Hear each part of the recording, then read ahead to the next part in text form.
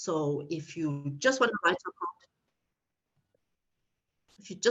your code, bring your code to the cloud. Serverless is a really great place to start because you don't have to worry about everything else.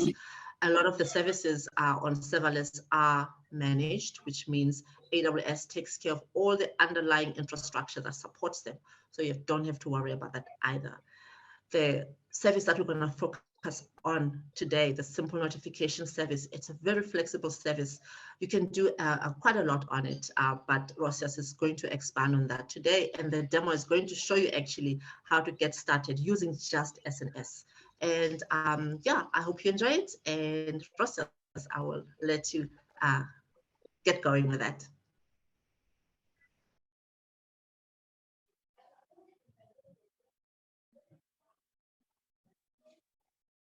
Yeah, sorry, I switched up my interface a little bit, so I missed the mute button. Thanks a lot, Veliswa.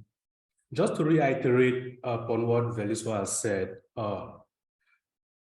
event-driven applications with serverless, it's really easy because, firstly, serverless is a fully managed auto-scalable system. So you don't have to worry about infrastructure setup and some nitty-gritties, which are really not important for the business concept of your application. So in EDA, when I talk about EDA, I mean event-driven applications. So in event-driven applications, we have three parts. We have the event producers, we have the event broker, and then we have the event consumers. So the broker is actually responsible for decoupling the producers from the consumers. Why is this important? The thing is that when you're building an application, you don't want that. Let me take, for example, you're building an e-commerce or a social media application. You don't want that when you want to change code on the login service. You also have to deploy a complete application, which also means you're deploying code for the post service. You want that you should only be able to deploy the code for the part of the application that you're changing. And you also want that when let me say when the post service has an issue, it should affect just the post service and not the entire system. That's the main purpose of decoupling. That's the main purpose of using these AWS services or these server services to actually decouple your application. So the event producer is actually, it can be an AWS service, maybe a Lambda function that sends events to an event broker. Now, the consumers actually subscribe to that event broker. The consumers never know anything about the producers. So they're actually just, they don't know, like the producer doesn't know who they are sending events to, and the consumers don't know who they are actually receiving events from. That comes in because of the capability of the broker. So we're going to talk about SNS today, which is a short for simple notification service. But the word shouldn't deceive you. It's not actually simple. This is a really broad, beautiful service, which I think you guys should, or we should all master in order to build beautiful and scalable event-driven applications. So if you read a little bit, or if you've heard a little bit about SNS, they always talk about PubSub, publishing and processing. It's a publishing and processing messaging service. So it's like I told you before, it's serverless, so which means that it's fully managed, it's durable, and it's auto scalable. So when you talk about fully managed, it means that you don't have to manage the infrastructure to the nitty-gritties, to set up unnecessary stuff. And then it's durable in that the messages will never be lost. The only way that you can, when the message is sent and you don't receive it, it will be because the person or the device receiving that service was maybe out of network, maybe has an issue. But the SNS always sends the message, that's guaranteed. And then scalability is in that it can scale to millions of users. Like for example, SNS maybe in my account can send to 100,000 standard topics. We'll get to that later. I'll talk about, because there are two types of SNSs. Types of ways that you can create an SNS topic. You have FIFO, which is first in, first out, and you have standard. We'll look at that when we're looking at the console and seeing how to create topics and all that. So in SNS, you have terminologies such as topics and subscriptions. So in order for a consumer to receive messages from a producer, it must be subscribed to a topic, and that topic is the broker. So when a producer sends messages to the broker forwards those messages to subscribers.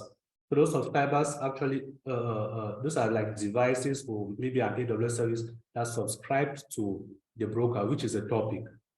So so topics serve as event routers and fan out to all messages to subscribe consumers. So with all of this in mind, we can conclude that SNS is actually has a one-to-many relationship between producers and consumers. So when we're working with SNS, we have two modes. We have the application to person mode, and we have the application to application mode. So let me give you guys a real life example. Let me take for example, in an e-commerce application or in a social media application, because we use it every day, there's if you've used Twitter, there's an option where you can subscribe. You can go to a user's profile and actually subscribe to see their new post or to receive a notification each time they make a post. So in SNS, to set that up in SNS, you have to use the application to person.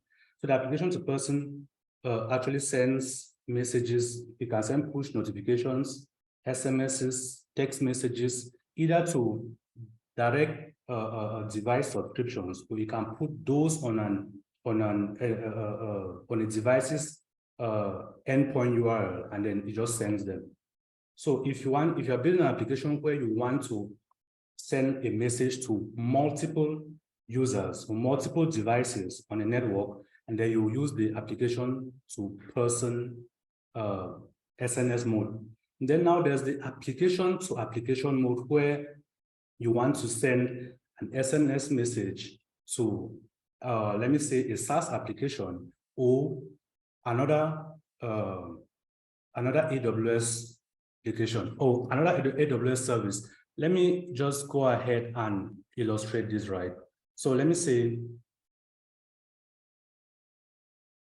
okay. So this is my SNS service, and I'll just say this Lambda is a producer.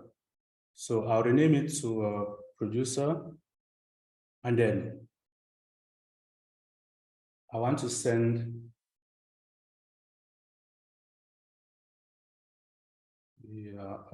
SQS. This is an application to application SNS mode. All of this.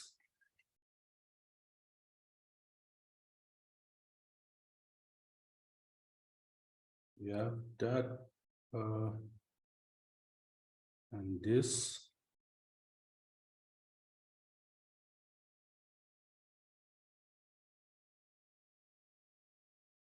So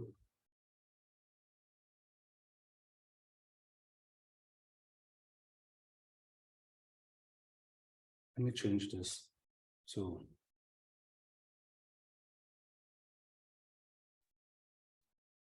all right, okay, so let me say this is a customer service.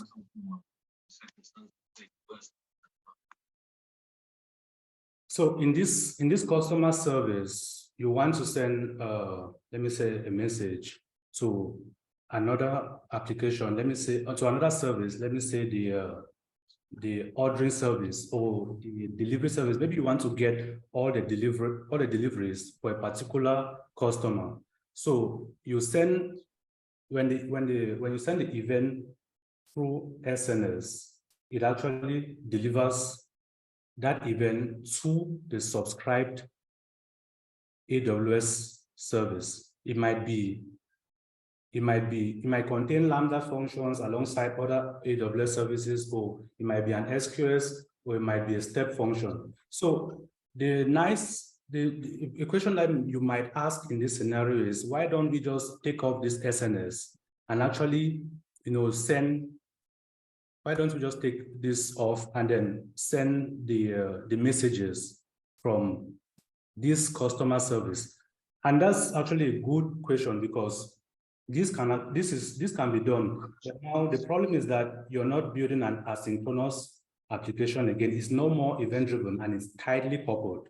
The first thing here is that now the customer service knows about all the consumers. It knows about the Lambda, the SQS, and the step functions, which defeats the whole purpose of an event-driven application. And it actually makes them tightly coupled. So there's no decoupling in the application. So if you want to add more subscribers, you would have to also make sure that the customer service knows those subscribers. So you're adding a subscriber and then you're also editing the customer service, which is not pragmatic. And then the messages in this scenario, the messages are sent serially. So it will send to the Lambda, then it will send to the SQS, and then it will send to the step. And you're not even sure if you'll be able to handle that much traffic. That is why we bring in an event-driven service to actually help us decouple our application, the application. The customer service doesn't have to know about all the other services that are subscribed to it. So SNS actually helps you with that. And this is an application to application SQS SNS mode. So with all of this, I think I've been talking maybe too much. Let's see practically how we can implement an application to person SNS mode from the AWS console. So it doesn't concern any code. So what I want you guys to do is to actually, like 3 people should just send me their email addresses in the chats. I'd just like to send one message from me as the event producer, and you illustrate how it will go to, you go to 3 other people at the same time. So thanks. I'm already receiving some. So I'm in the AWS console. Can you guys see the console screen? Yeah, but the text is so small, can't reach. Yeah, let me increase it. What about now? Okay, much better.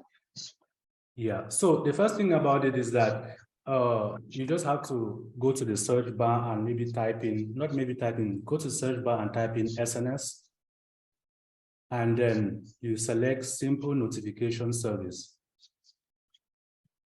So here we have the SNS interface on the AWS console.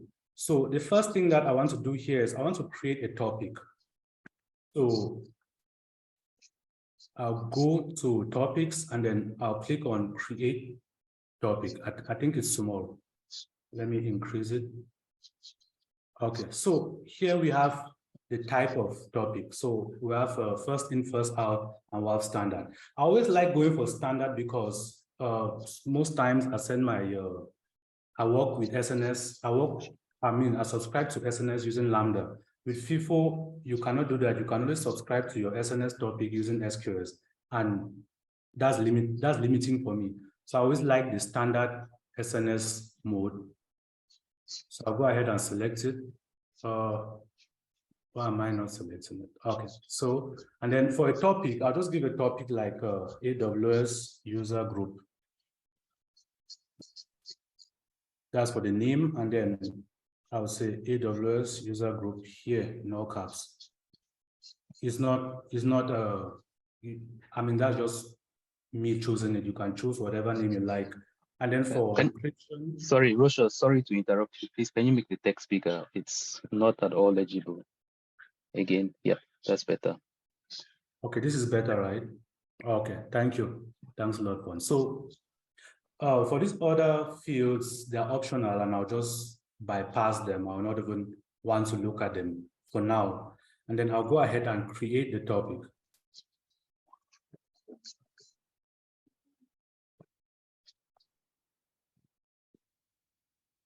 All right, so my topic has been created. So the next logical step here is to add subscribers to this topic. So I'll go ahead and copy the email addresses you guys sent and add it to this and subscribe to that topic. So I have 3, okay. So create subscription. So for the protocol, I'll choose email. And then I'll put in, oh no, did I copy it? Let me see. Copy, okay. No. All right, I'll copy that. And then once I create a subscription, this user, the user with this email address will receive an email from AWS asking them to subscribe. So to confirm the subscription. So please, when you receive the email, just confirm that.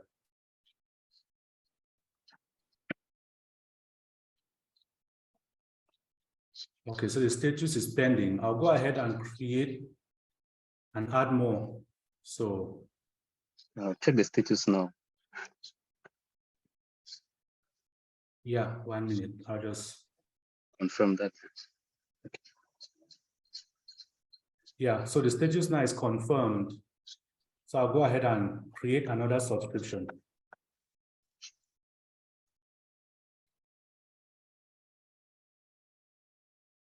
Since I made it a lot bigger, I'll have to be scrolling through. So I'll choose email and then I'll add another one.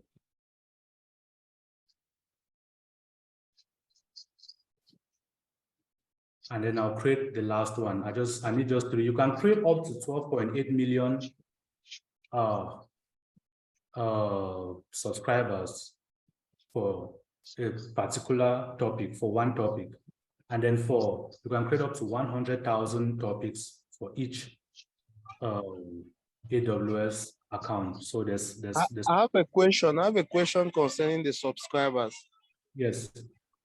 Yes, I wanted to ask, is there an easy way to add subscribers, like maybe importing an Excel sheet or something like that, than doing it one by one? Don't worry, I'll get there. I'll answer your question. Thanks a lot for it.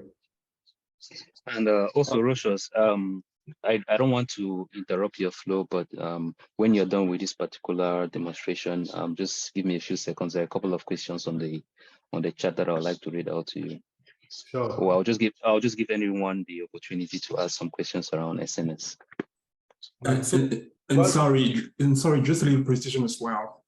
Earlier when you talked about why you preferred using the standard version of SNS, because with the FIFO you were not able to subscribe with SQS. Actually, you can, but just need to use also SQS FIFO as well. No, I said with I don't like using FIFO because most of the time I prefer using Lambda as a subscriber. All right. Okay. Yeah. Okay. My best. Fine with all right. Thanks, Ariel. Okay, so I've just created 2. Let me go ahead and send them a message and you can end this here. So let me refresh to see if the other user has confirmed. One user hasn't confirmed.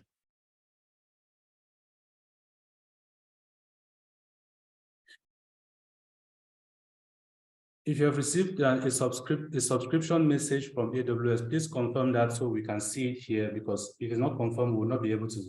If I send it, just to one. For the demo, you can also use the website mailinetwork.com, where you can have access to a test public inbox. So you can create just a public testing address right there on the website. You will be receiving the email. You should be added as a subscriber, and then we can all see the demo together, if you don't mind. That would be great. I'm sure there are many sites like that, but remember, this is an AWS meetup, and we have to use the AWS service to do this. No third parties. Yeah, I know. I'm just talking about the email, the inbox email. You will still be using SNS, but instead of having to wait for all the attendants to receive the email and then confirm it before having access to the information, you can just go to the website, just create that public testing inbox. It's something that can be done in like 2 seconds, and then use it to subscribe to your SNS, send it over the message, and then you can be able to see it directly on your screen. I think, Ariel, the whole idea was to involve everyone in the meetup. That's what Rosius wanted to do. That's why he's sending them and he's getting them to do the confirmation, just to involve everybody. I think I've used that site before, so I get it, but we wanted to involve everyone. Okay, no problem. Sorry. Yeah, no, it's fine. Thanks. All right. So I don't think on your Clovis has accepted the subscription, but I'll just go ahead and send a message to all the subscribed email addresses. So for the subject, I'll just say AWS user group subscription. And I'll just enter a raw message like, hello, welcome to SNS. Yeah, I think, wait 1 minute. I think I should reduce the screen and push it upward. And then I'll just publish the message. And can Lil Big Boy confirm that he has received an email from AWS, please? To confirm subscription, right? Yes, I can confirm. Nice. All right. So to tell you guys the truth, today is the first day that I've ever used the AWS console to do this. I'm practical, I'm technical with this thing, so I don't like ClickUps that much. So thankfully, there are APIs which you can actually use to programmatically send out subscriptions, and I actually have a blog series where I mix and match different AWS services with other EDA services to create a really real-time practical event-driven application, which you can now see how SNS works with SQS and step functions and event bridge. I'll share that at the end of this, at the end of the talk, so that you guys can check it out in your free time and dance with it. But for this way, you can just play with it on the console. But I mean, if you really want to tangle with the big boys, and they have to check out the code. So I think I'm at the end of my technical talk. Thanks a lot for listening. Now I'm ready for any questions now. Thank you. All right, great. Thanks, Rosius. So can you just quickly, let me see, you have customer service, SNS, SQS, Lambda, etc., right? So can you just quickly just scribble, maybe just pull together 3-4 AWS services around a particular use case, right? Maybe, I don't know, maybe a notifications microservice for an e-commerce application or something. And, just explain probably why you would use maybe SNS, SQS, or maybe even event bridge to decouple the application. But we have got a couple of questions. Maybe you can do that later on. So if anyone has got any question, please just raise your hand and ask. Instead of reading out the questions are more of the type where you will need to interact with the person that is asking the question. So please raise your hands if you have a question, and then let's do it in an orderly fashion. Ariel, you had a question about SNS and as a broker service. Actually, that wasn't me. I was answering. Okay, you were answering. All right. So who was that? I think it was Philibert Stefan. Philibert, yeah, Stefan. So let me just probably look for the question and read it out again.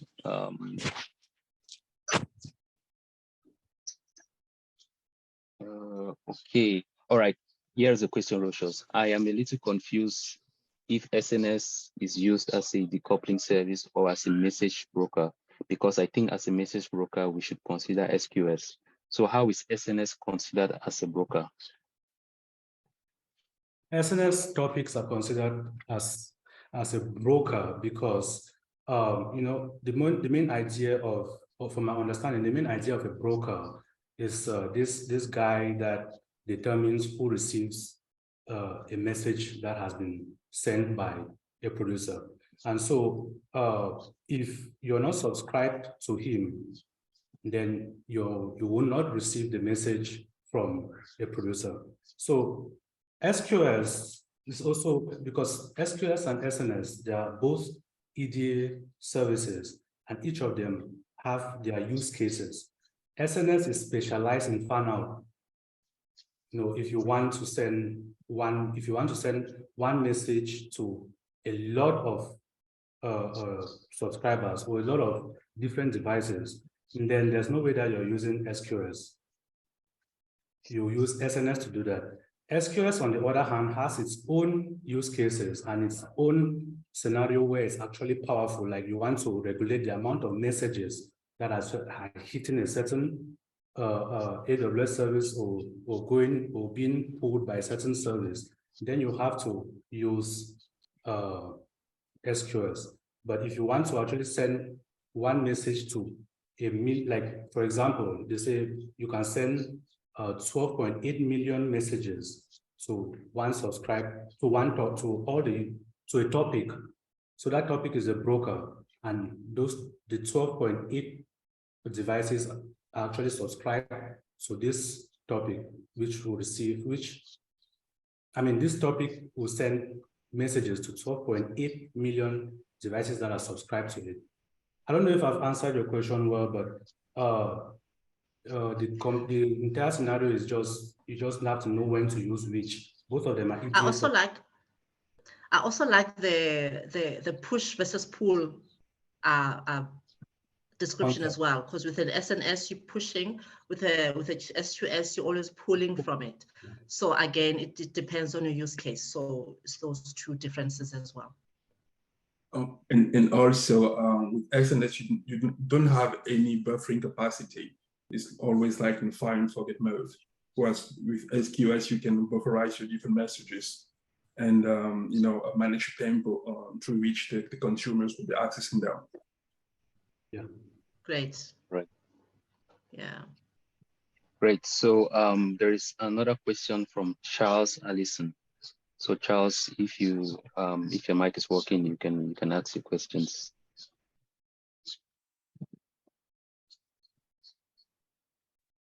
Not sure Charles, it was a question. Steve, sorry, Steve Kamanke. That wasn't you.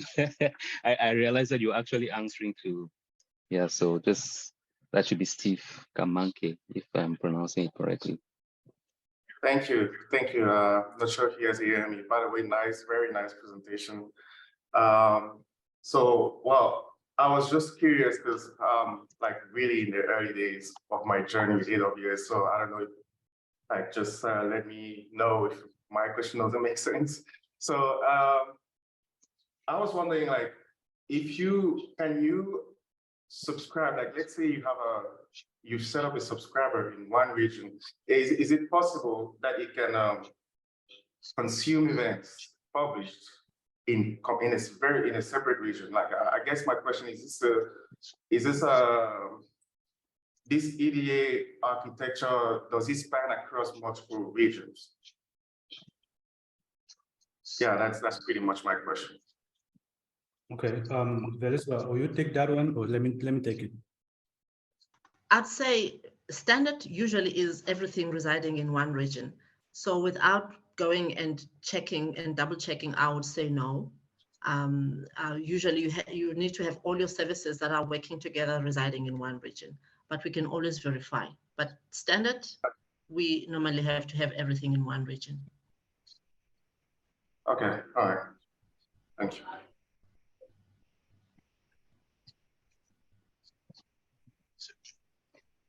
If I may add something, using SNS, you can have you can manage multiple subscription protocol like HTTP, for example. So you may also imagine having an HTTP endpoint that will be subscribing to the SNS, and that HTTP endpoint could be located anywhere in the planet. It could be a workaround that. Yeah, I think in application to application, you can actually have cross-account access with SNS. Yeah. So the cross-account access, like, because cross-account can also apply to 2 accounts or multiple accounts within the same region or the same AWS organization. Like, that much I understand, but like I was a bit more curious, like if the same cross account that you mentioned can span to another region, because if we are accounts within the same region, I can see the cross account thing working efficiently because they could be part of the same architecture behind the hood. I'm more worried if this specific value proposition in SNS spans across, like if I have let's say use case, like I don't know, I'm really just asking, like someone already has let's set this up in a region, like I mean let's say I'm collaborating with a team that is based in Montreal, for example, and they can't really make me register me within the organization or within the namespace or whatever the case may be. I have a user account in my region here in Cape Town, and like is it like if they have a brokering system already, can I create a subscriber and say, no, I want to register to this. I want to be consuming topics that are published to the here already from my region here. Is that something that is even feasible? I really don't know. That's like or is there a better way to structure that specific problem? Like, is there a better way to address it? I think Ariel Chugang has sent a link in the chats. I think it makes sense concerning cross-region delivery. I think that's what you're asking about, right? Okay, yeah, I'm looking at it. Thanks very much. Yeah, I think that's. Thanks a lot, Ariel. Thanks a lot. Okay, cool. Yeah, that answers my question. Thanks. All right, great. So while we are taking in more questions, I just want to take this opportunity to share a feedback form so that, you know, if you fill the form, you qualify for a lucky draw at the end, you'll probably win you will win $50 worth of AWS credits so that you can experiment with SNS and SQS. So while we are taking questions, please, if you do not have any questions, just take a few seconds and fill the form. Thank you. Chiche, you are next. Go ahead. Can you hear me? Yes. Okay. Rosius, thanks again for the amazing presentation. I just have, I always like fundamental questions. So I know you have both event-driven architecture and microservice. They are all used for distributed systems. So my question is, what is the difference between the microservice and the event-driven architecture?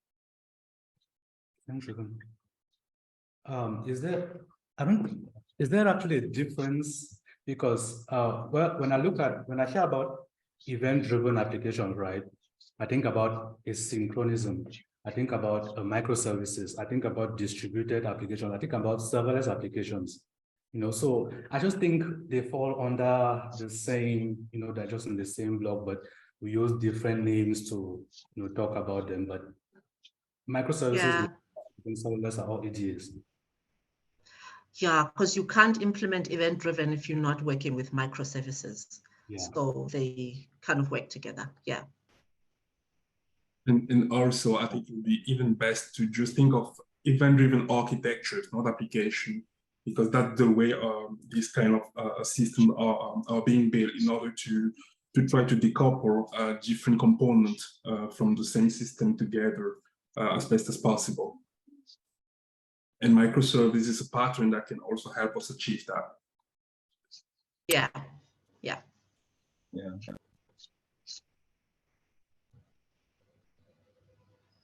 Right, great.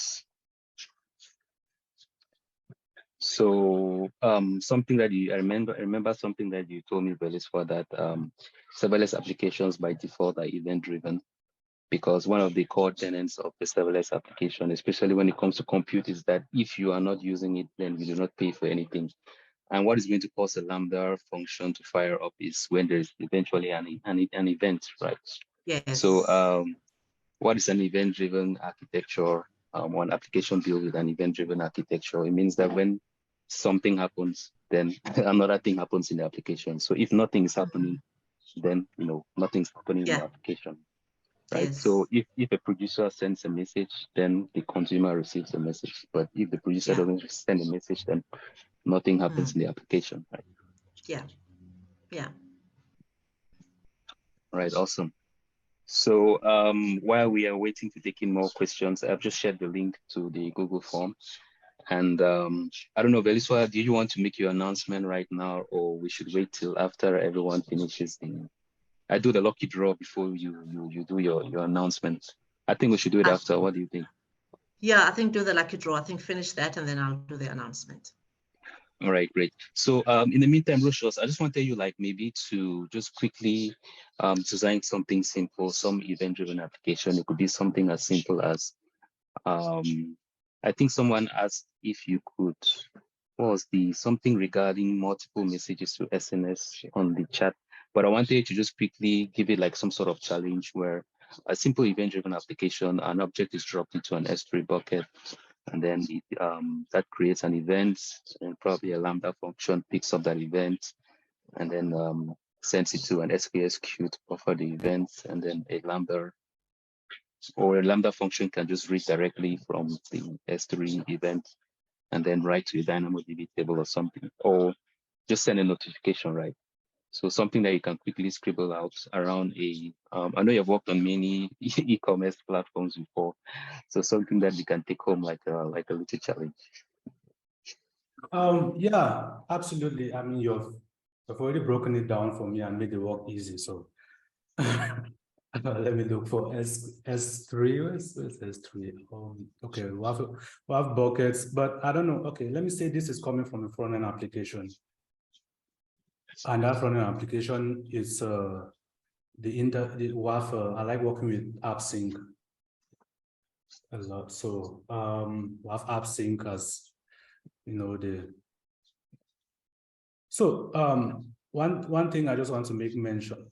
I don't know if I should talk about this here, but a couple of days back, AWS released EventBridge as a data source for AppSync. That's what if you have not worked with those before, you will not actually appreciate the greatness of that. But if you felt the pain, then you will know that these guys have killed it. Anyway, so let me say and there's this application that you have to let me say you're applying for a job, and you have to send in your CV, your resume. So let me just say you send it through in AppSync. We have mutations, queries, and subscriptions. So in order to write, you have a mutation. In order to read, you have queries, and then in order to do bidirectional real-time events, you have subscriptions. So let me say Now you're sending your CV through a write mutation. You see, send CV. That's a file. So that's a mutation, and I don't know. Let me see. I don't know if AppSync connects to S3 directly. Let me just 1 minute.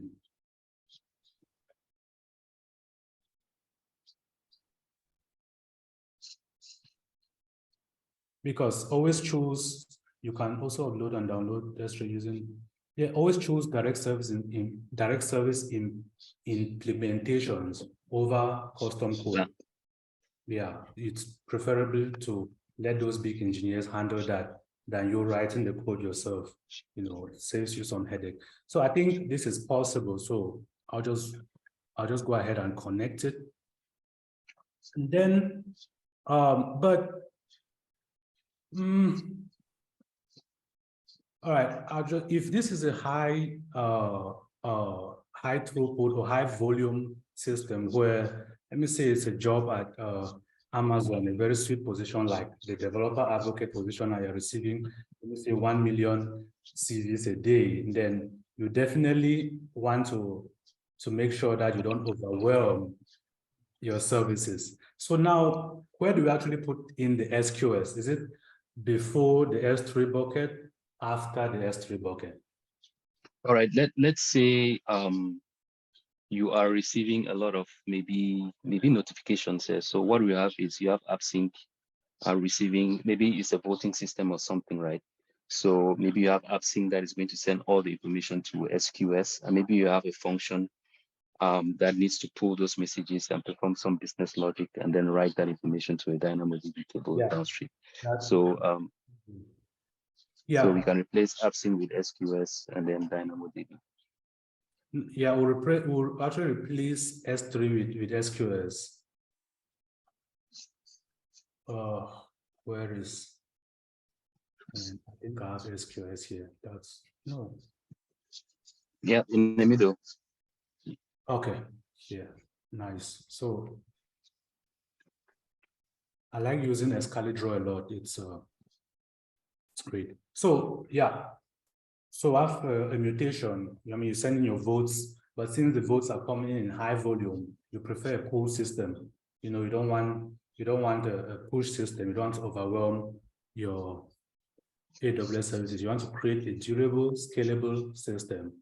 So here I'll put in a Lambda, which will actually pull messages from SQS. And then I'll also like to bring in a dead letter queue in case some messages want to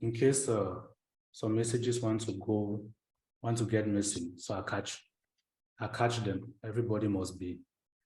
Yeah, that's a good one. Or in case for some reason the information that you're putting a dead letter queue on SQS. All right, great. Yeah. So in case there are any messages that Lambda can process, then we'll drop it there for later. Redrive them, you know, you process all of them, or you determine why they are not. So you can use that to even catch bugs on your system. And then here now, when this Lambda pulls from SQS the voting, it does the calculation. So all your calculations can be in here, and you can also attach from this Lambda. You can actually put in let me say and I really don't want to talk about order, but let me just put in an event bridge. So that event bridge you might want to start up maybe some other services based on the result of a certain pool, of a certain voting card that you've received or something like that. But let's not get into the real details, and we'll just say that everything is okay, and we'll just, after we receive the voters' details, we save them to DynamoDB. So I'll look for DynamoDB here. Wow, my eyes are getting. Anyway, I mean, this is DynamoDB. Yeah. Quick question.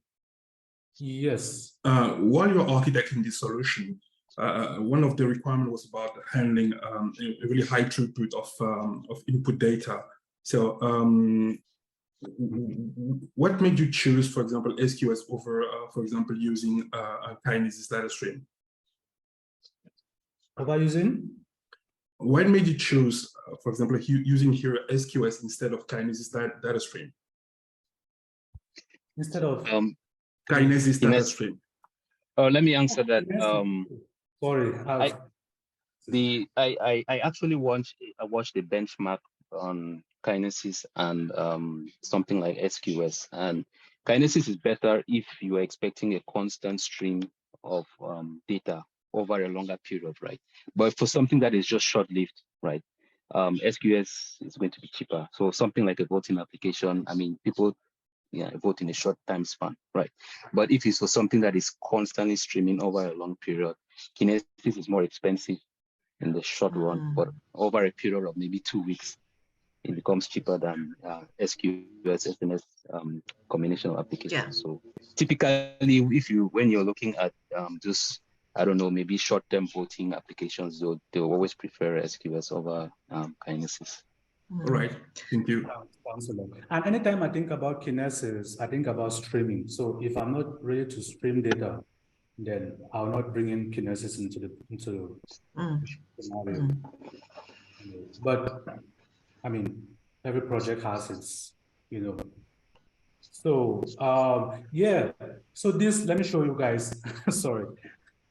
Let me continue building this nice application. So after we play around with the data, we save it to DynamoDB, but now DynamoDB has what they call streams. So when we save it to that, we want to actually send out a lot of messages using SNS, right? So the easiest way for me to actually do it here is to attach what they call an event bridge pipe. So, which listens to a DynamoDB stream and then connects straight to SNS. The thing is, I don't have the icon for an event-driven event bridge pipe. So I'll just use this as a. So this pipe listens to the DynamoDB stream. Anytime data is saved, this pipe connects the stream to. No, 1 minute. Yeah. Great.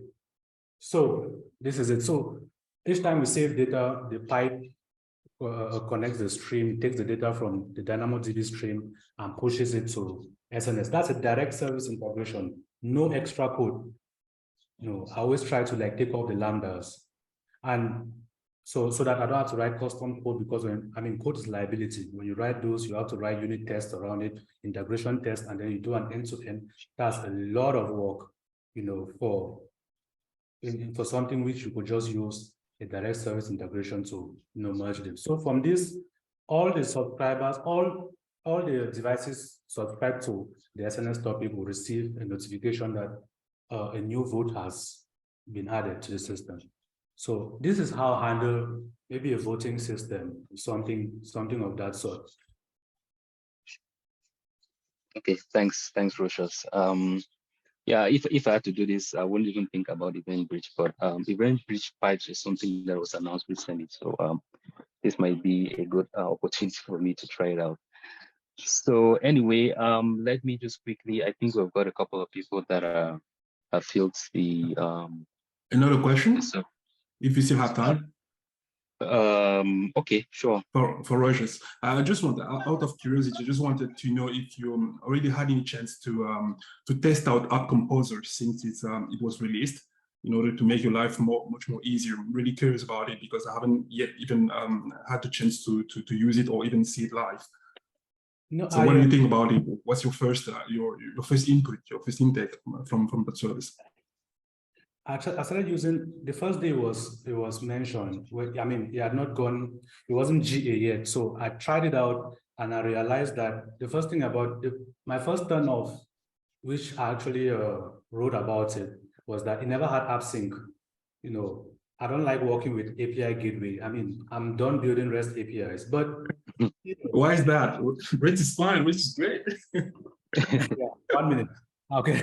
But I still went ahead to use it, right? But when I tried connecting SQS to API gateway, there's like a direct service integration. It wasn't supported yet. So I had a conversation with the engineers, and when they released it globally, so they sent me an email saying they have fixed that part.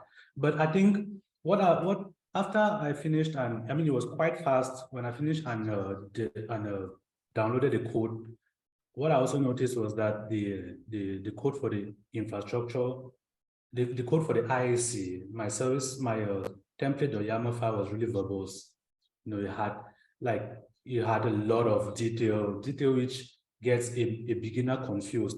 But that's far from the point, because App Composer is trying to get you away from the code, to focus on drag and drop.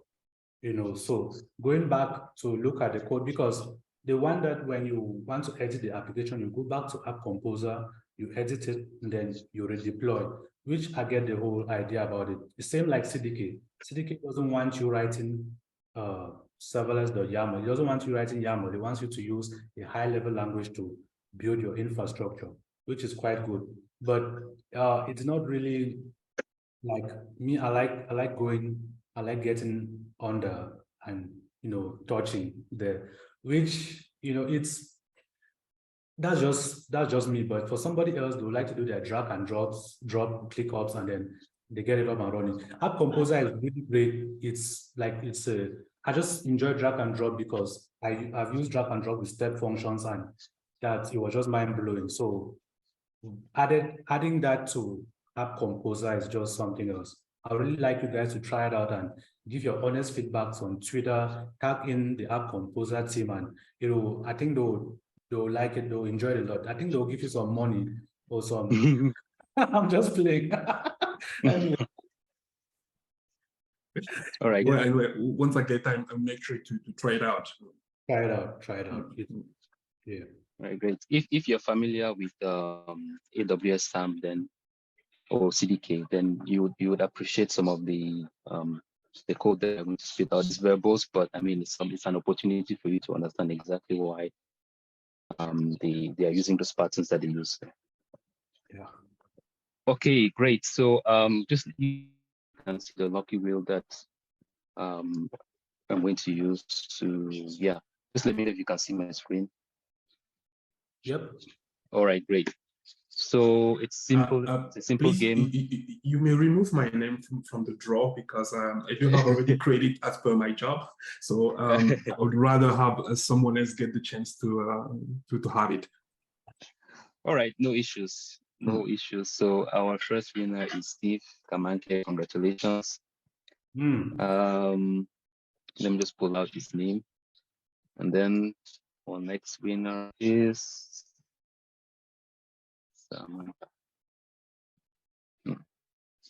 Ajim Simbong.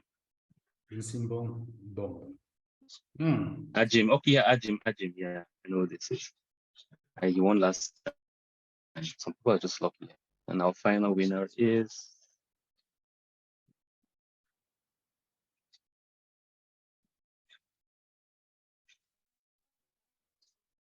Danielle. So Danielle, if you have a lot of credits, then just let me know so I can spin the wheel and choose somebody else. I've never heard about such a thing as so much credit. This is the first time I'm hearing that. It must be a lot. Daniel Lawson, that's like an actor's name. I mean, like, yeah. All right, thanks guys. So as usual, by Monday you should receive an email with the AWS credits and instructions to activate it on your personal AWS account. So thanks.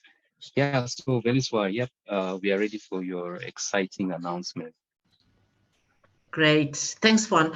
Thanks, Rosius. This was really, really such a great talk. I enjoyed that as well. So this, what I'm going to be talking about, is especially targeted at those who maybe don't have an AWS account, or again, you are certified, but you are looking for ways to be hands-on on AWS, and especially if you don't have an AWS account, because this introduces labs as well. The third person that this is for is because there's a mentoring option to it as well. The third person, can I unmute whose mic is on? Can I please? Yeah, mute? I've just done that. Sorry. Okay. You can go ahead. So the third person is someone who says, I'm learning AWS, but I don't see where this thing is going. Like, I want to get a job at the end of this thing, which I understand. We all understand. So as I'm not here to promise jobs or anything, but I can mentor you towards how to prepare your CV. I mentor you for preparation for interviews. This can be one-on-one mentoring as well. So what this is actually going to be about. Can I ask a question? Do we know about the AWS Skill Builder? Let me know in the chat if you don't know about it. Yep, if you don't know about it. If you don't know about the AWS Skill Builder, let me know about it. So this is what I'm going to talk about today. I'm introducing an AWS Skill Builder challenge, and that's just going to be for the SSA edition. The Skill Builder is a platform that we have on AWS. I think we launched it mid to close to end of last year. What this platform is about is that it offers courses, it offers labs, it offers exam preparation resources on demand. And what I really like about it is it answers that question for so many of us who either don't have a credit card, or maybe you just don't want to link your credit card so that you can open an AWS account. So what then ends up happening is that you don't have an AWS account, so they miss out on opportunities to build on AWS. And because now you've got the labs on the Skill Builder, when you click on a lab, it spins up, it takes you to the AWS console, and there you'll have the resources that you need for the challenge that you're currently working on. So what we're going to do for the next couple of months is introduce a challenge every month, and you complete that challenge within a specified time. At the end of each challenge, there's always a digital badge that you get. And that's another great thing about the Skill Builder, is that you finish a challenge on there, you finish a lab, you finish a course, you get assigned a digital badge, which is great because then you can put that up. And it's like when people get certified, they get a badge. You get a badge for the course that you finished on the Skill Builder. And you can use that to evidence that you have the skill set, you've done the training on this. So each of the courses or challenges that I'm going to be announcing, you get a badge at the end of it. You will have a time frame within which to finish the challenge. And when you finish it, you send me you're either going to send to me or Tembile, but I'm going to be very clear on those instructions later on. You send us your link to your digital badge, and the first 3 people to send the link every month, it's going to be a different challenge. The first 3 people to send their digital badge, you'll have time where I'll sit with you. If you need me to review your CV, we'll do that. If you need me to give you tips and tricks on how to interview, we'll do that. If you maybe are set up to go for an interview and you want to practice, I do interview at AWS. So I can do a mock interview for you to prepare you for whatever interview that you are going for. If you finish all the challenges that we're going to have, I think I'm going to have about 4 or 5 challenges. If you finish them at the end of the challenge, you're going to get swag. We'll send swag to you. So it'll be the first, there'll be a number. So if you finish all of them, at the end of it, you will have the swag sent to you. But every month, if you finish that month's challenge and you're one of the top 3 people, the first 3 people to finish, you'll have the one-on-one time where we'll do the CV review, we'll do mentoring, we'll do preparing for interviews, we'll do mock interviews. So that's what we're going to do. So the first challenge that I'm going to introduce that we are launching today is the cloud certified, you don't have to get certified at the end of it, but it's the cloud practitioner challenge. I'm going to share the link on here. Tonight on my LinkedIn, I'll announce the challenge to everyone. So you have a couple of hours that you have an advantage on them. You can get started already if you're one of the first 3 people to finish, we'll have that one-on-one, and I'll do all things career chat with you, whatever support you need, whatever advice you want to ask me, you want me to look at your CV, anything that you want, we'll have time to do that. I'm going to share the link here for the cloud practitioner. That's the first challenge that I'm actually imposing. You do that, and then let me share that link, and then you can get started with that. So that's what I actually came to announce. It's going to be open to everyone in SSA, but you're the first ones to hear about it. So I'm going to announce it on my LinkedIn as well. So you finish, you get the badge, you send to me. I do the mentoring with you. If you want me to announce you on my LinkedIn, say you're looking for a job, you want me to do a write-up about you and that you finished this challenge, we can do that as well. So all of that, and I'll get my colleagues to promote the LinkedIn post so everyone can see you. If you're looking for a job, we'll do a little bit introduction about you on the, and people will see you, and hopefully that can lead somewhere for you. So that's what I came to announce. So first challenge is the cloud practitioner. I'm going to share the link now so that you can go and look it up and get started already. And I love this platform because you don't have to have an AWS account, but it spins up an account for you. And I think it's great. And I think for us in this region, it is so relevant. And I don't know what took me so long to actually find it, you know, but we have a lot of resources on AWS. And I just love this platform. So Fawn, you can carry on. I'm going to drop the link just now. All right, great, thanks. Thank you so much, Veliswa, and thanks for, I mean, we feel honored that this is the first platform that you've made this announcement. Of course, I'll just wait for you to announce it publicly before I follow suit and repost, so that, you know, anyone that is not necessarily on the call today can also be aware of it. And mentorship is definitely something that we cannot have enough of, right? We really do need mentors, especially the younger people that do not probably have prior IT experience or tech experience, right? So once again, thank you. I really appreciate it. And yeah, I think most people are familiar with Skill Builder, but we've had a couple of at least 30 to 40 new members in the past 2 months. So I'll just share this link again with them so that they can get onto it and go through the challenges. I've been through some of the challenges myself. I mean, they are quite engaging, right? You can stay on the platform for hours, right? I mean, it's gamified, it's really amazing, and it's a great learning tool, which is probably going to spare you the time of reading all those boring AWS white papers. I mean, for a study, it isn't something that you need to do, but eventually, if you really want to go far, you need to familiarize yourself with the docs. So, all right, great. Yes. So, I think, I don't know if we have any questions. If we do not have any questions, yes, Rosius. Yeah, it's not, I don't have a question. I actually just want to add on to what Veliswa just said by also shamelessly plugging a platform that my team and I have been working on. It's called EduCloud Academy. It's not yet globally available because I'm still populating the classes, but it's the main focus is on practical applications around serverless and also preparing you for the job market. So it's something that it's the way I used to get into cloud development. So I'd like to just have you use that same way to get in by, developing projects from beginner levels right up to advanced, and then, interacting with others in the community. So it's just a community kind of learning platform. And once it's ready, I'll share it with you guys, and I hope you guys like it and, try to use it to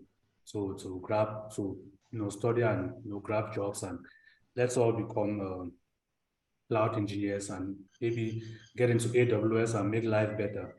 If not AWS, we'll start up our own stuff too. So. All right, please share the link to EduCloud. So some people already have. It's not globally available yet. Oh, okay. So I guess we need to follow you on social media. Yeah. All right. So you can shamelessly plug your social media handles on the chat so that people can start following you. Sure. Yeah, let me share my LinkedIn because you're going to have to follow me very closely over the next couple of months. This is the only time that I'm announcing this at a meetup. The next ones I'm going to be announcing them on my LinkedIn. So you need to stay very close for the next couple of months at least. I've just shared the link with the first challenge that I need you to do. And here's my LinkedIn to connect with me. I'm going to share that as well if we're not connected already.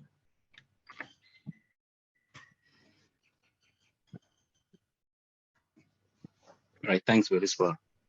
The reason I'm saying is only people are in SSA is that when we do the mentoring, it's a phone call, and I'm not getting on calls for people in the US because that's going to be nighttime for me. So that's why I'm. That's all. But you can do it if you don't need to get on a call, or you can get up early your time. Then sure. All right, great. So yeah, I've got a question there. What if you already have the AWS Cloud Practitioner? I mean, does it mean that you won't qualify for the mentoring program? It doesn't mean you won't. You can still do the challenge because the Quest challenge does not lead to a certification, and maybe that's another great thing because we always think everything we do is always about getting a set at the end. That you can even use, just do the training, but it's not always about that certification at the end. So the Quest, I'm actually also doing the Quest challenge, the Cloud Quest challenge. I'm still working through it. It's got a couple of quests or challenges for you. Finish all of them, you get the digital badge at the end of it. Yeah. Right, so great, I'm thanks. saying, even if you have all the other certifications, if you want to participate, you can still do it. But I don't know if you want to benefit anything. The whole thing with this is that people who have not, or who have limited access, they can actually use this to have access to it. It's up to you though. All right, great, thanks.